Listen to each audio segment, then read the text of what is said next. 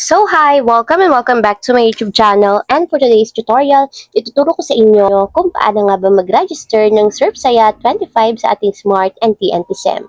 But first, kindly subscribe to my channel and don't forget to hit the subscribe button and the bell to notify you for my new updates. And if you want to learn more, just keep on watching and let's start. So ayan guys, for today's video mula sa ating mobile device, pumunta lang tayo sa dial ng ating phone.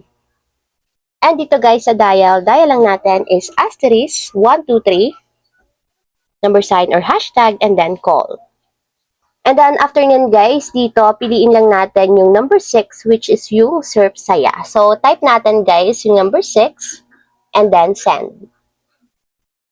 And dito piliin natin yung number 2 yung Surfsaya ulit. So type natin yung number 2 and then send.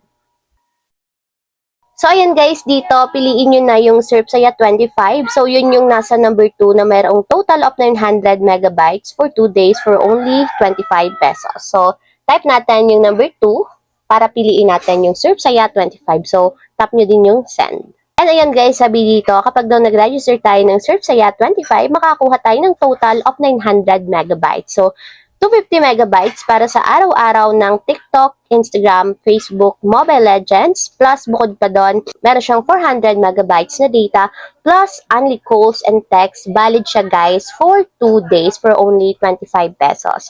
So, total siya guys ng 900 megabytes na data. So, para ma-subscribe, type natin yung number 1 and then send.